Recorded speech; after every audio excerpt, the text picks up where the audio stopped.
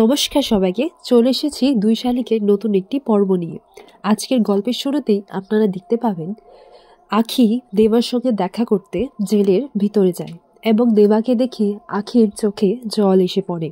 দেবাকে সে এইভাবেই কিছুতেই দেখতে পাচ্ছিল না, আখির কিছুতেই সহ্য হচ্ছিল না। এরপর দেবাকে দেখার পর আখি বুঝতে পারে যে দেবার উপর তারা হাত তুলেছে। তখন দেবাকে জিজ্ঞেস করলে দেবা কিছুই উত্তর দেয়নি। দেবার পুরনো কথাই তার মনে পড়তে লাগে। দেবার এরকম অবস্থা দেখে আখি ওই ইন্সপেক্টরকে জিজ্ঞাসা করে যে আপনারা কি আমার স্বামীর উপর হাত তুলেছেন, কিন্তু ওর উপর কেন হাত তুলেছেন? এরপর পুলিশ বলেন যে আরে তুমি তো মার আর শাসনের মধ্যে পার্থক্যটাই ভুলে যাচ্ছ। এখানে যারা আসে তারা সবাই আমার ছেলের মতো, আর আমার ছেলে দোষ করলে তো আমি শাসন করি বলো, আর আমি তো এমনি ওকে একটু শাসন করেছিলাম। আর তুমিও মনে করো না যে আমি ওর বাবা হয়ে ওকে শাসন করেছি? আচ্ছা, তুমি আমাকে ওর বাবা বলে মেনে নাও না। আর বৌমা, তুমি ওর সাথে কথা বলতে এসেছো, ওর সাথে কথা বলে চলে যাও। এখানে কিন্তু আমি বেশি সময় কথা বলতে দিতে পারবো না। এরপর আখি মনে মনে ভাবতে লাগে এনার সঙ্গে তর্ক করে আর লাভ নেই, না হলে ইনি আবার দেবার সঙ্গে কথা বলতে দেবে না। এরপর আখি দেবাকে গিয়ে জিজ্ঞাসা করে যে তুমি কি সত্যি অ্যাক্সিডেন্টটা করিয়েছিলে? তখন দেবা বলে যদি আমি অ্যাক্সিডেন্টটা করাতাম তাহলে আমি ওকে হাসপাতালে কেন নিয়ে যেতাম, আর নিজের রক্ত দিয়ে ওর প্রাণী বা কেন বাঁচাতাম? এরপর আখি বলে তুমি চিন্তা করো না, তুমি নির্দোষ সেটা আমি প্রমাণ করিয়ে ছাড়বো। আর যেহেতু তুমি নির্দোষ, তোমাকে এতক্ষণ এরা এখানে আটকে রাখতে পারবে না। এরপর ইন্সপেক্টর বলে যে আগে প্রমাণ চাই, তারপর না হয় ওকে ছাড়িয়ে নিয়ে যাবে। এরপর আখি বলে ঠিক আছে, আমি আগে প্রমাণ জোগাড় করব, তারপরেই আমি আমার স্বামীকে এখান থেকে ছাড়িয়ে নিয়ে যাব। আর অন্যদিকে দেখা যায় ঝিলিক যখন চার কাপটা নিয়ে আসছিল তখন পিয়ারকে বলে আখি।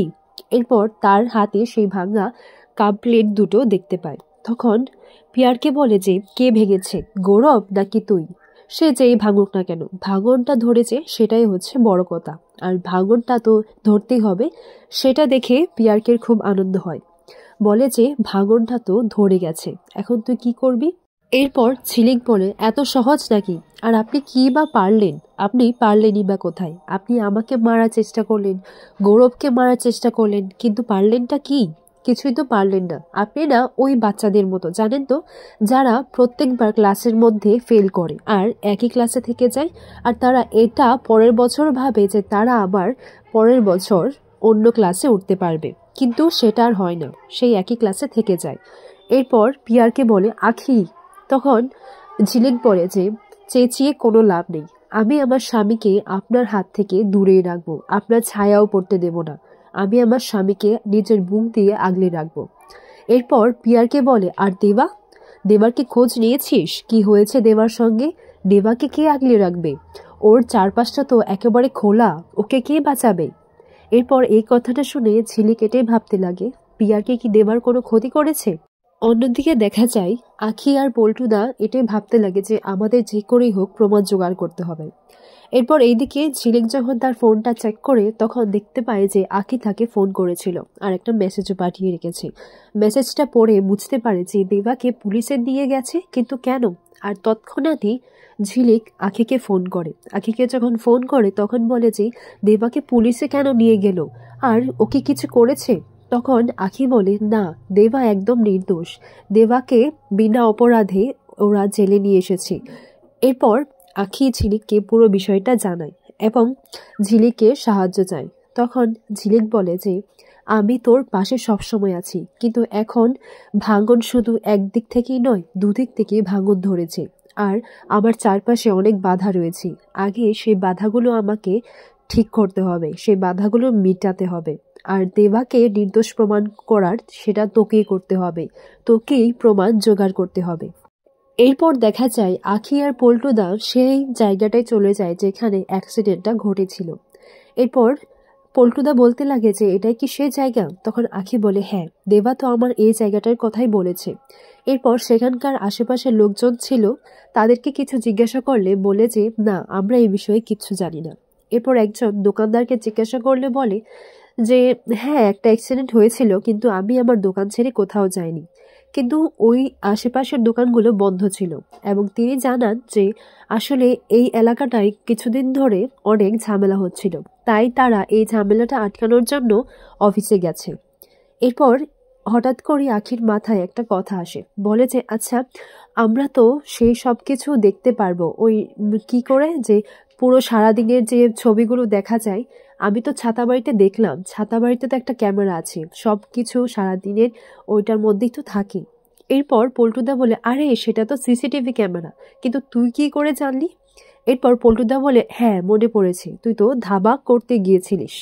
এরপর তারা আশেপাশে খোঁজ করে একটা বাড়িতে দেখতে পায় যে সেখানে সিসিটিভি ক্যামেরা রয়েছে এবং তার ফুটেজটাই দেখবার জন্য চলে যায়।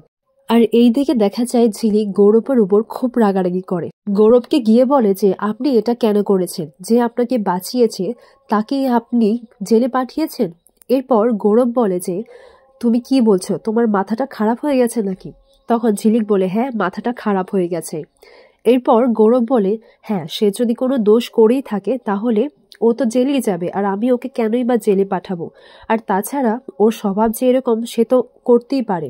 এরপর ঝিলিক গৌরব বলে চিৎকার করে ওঠে, বলে যে গৌরব কাউকে কখনো এতটা ছোট করো না যে তার ভালোবাসাটা যেন তোমার থেকে কম হয়ে যায়।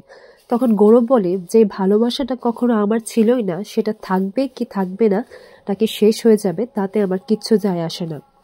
এরপর ঝিলিক বলে যে হ্যাঁ তোমার কেন যাই আসবে বলো তো, তোমার তো শুধু অহংকারটাই আছে আর এটা থাকলেই যথেষ্ট, বাকি তো কিছুই তোমার যায় আসে না।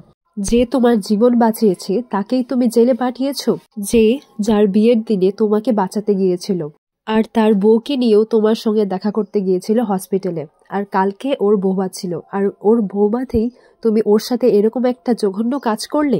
এরপর গৌরব বলে এই সব কথা তোমায় কে বলেছে, দেবা?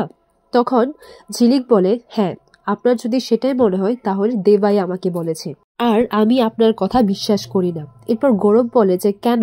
তখন ঝিলিক বলে যে কারণ আপনি পিয়ারকের ছেলে, আর পিয়ারকের ছেলে তো পিয়ারকের মতোই হবে, আর আপনি তো এই শিক্ষাটা নিজের জন্মগত থেকেই পেয়েছেন, যারা উপকার করে তাদেরই ক্ষতি করার। এই কথাটা শুনে গৌরব রেগে যায়, বলে যে আখি তুমি আমার সঙ্গে আমার বাবার কোনো তুলনা করবে না, আমি আমার বাবার মতো নই। এরপর ঝিলিক বলে চেঁচিয়ে কোনো লাভ হবে না, যেটা সত্যি আমি সেটাই বলছি, আপনাকে নিয়ে এখন আমার গৌরব করার মতো কিছু নেই, এখন আপনি আমার গৌরব নয়, আপনি আমার লজ্জার। এই কথা বলে ঝিলিক সেখান থেকে চলে যায়। এরপর গৌরব এই কথাটা শুনে সে অবাক হয়ে যায়, বলে যে আমি কি তাহলে দেবাকে হারাতে গিয়ে আখিকে হারাতে গিয়ে নিজেকে হারিয়ে ফেলছি, আর আমার এতটা কষ্ট কেন হচ্ছে? আমি কি সত্যিই কি তাহলে আখিকে ভালোবেসে ফেলেছি, তাই ওকে আর দেবাকে একসাথে দেখলে আমার সহ্য হয় না। এরপর দেখা যায় যে গৌরব পুলিশ স্টেশনে যায়, বলে যে আমি দেবার সঙ্গে কথা বলতে চাই। তখন পুলিশ বলেন যে আপনার সাথে ওনার কিসের সম্পর্ক? এরপর গৌরব বলে যে কেন, সম্পর্ক না থাকলে কি দেখা করা যায় না? পুলিশ বলেন যে না, এইভাবে হুটহাট করে যে কারোর সঙ্গে তো দেখা করা যায় না। তখন গৌরব বলে ওর সাথে আমার রক্তের সম্পর্ক। আর দেবা ভাবতে লাগে যে তাহলে কি ও সত্যিটা জেনে গেছে। এরপর গৌরব বলে যে ও আমাকে বাঁচিয়েছে, ও নিজের রক্ত দিয়ে আমাকে বাঁচিয়েছে। এরপর পুলিশ বলে যে আপনাকে হয়তো ভুল বোঝানো হয়েছে। এরপর গৌরব বলে সেই ভুল ভাঙাতেই আমি এসেছি। এরপর দেবা গৌরবকে বলে যে কেন এসেছেন, আমি কতটা কষ্টে আছি সেটা দেখতে? তখন গৌরব বলে যে না, সেটা যদি হতো তাহলে আমি ফোন করলেই জানতে পারতাম, এত দূর আসার কোনো প্রয়োজন ছিল না, আমি এসেছি আমার ভুলটা স্বীকার করার জন্য। আগামী পর্বে দেখা যায় গৌরব পিয়ারকের সঙ্গে খুব রাগারাগি করে, বলে যে তুমি গৌরবকে জেলে কেন পাঠিয়েছো। এরপর পিয়ারকে বলে ইউ আর মাই সান, আর তোমার যদি কেউ ক্ষতি করতে চায় তাহলে আমি তাকে ছেড়ে দেব। এরপর গৌরব বলে ও আমার ক্ষতি করতে চায়নি, ও আমাকে বাঁচিয়েছে। এরপর পিয়ারকে বলে যে নিজের স্ত্রী যেটা বুঝিয়েছে তুমি সেটাই বুঝেছো। তোমাকে আখি এই কথাগুলো এজন্যই বলেছে যেন দেবার সঙ্গে তার অবৈধ সম্পর্কটা টিকিয়ে রাখতে পারে। এই কথাটা শুনে গৌরব রেগে যায়, বলে যে পিয়ারকে। এরপর পিয়ারকে তার ফোন থেকে একটা ছবি দেখায়, যেখানে আখি পুলিশ স্টেশনের সামনে দাঁড়িয়ে প্রতিবাদ করছিল। আর এই ব্যাপারটা দেখে গৌরব খুব অবাক হয়ে যায়।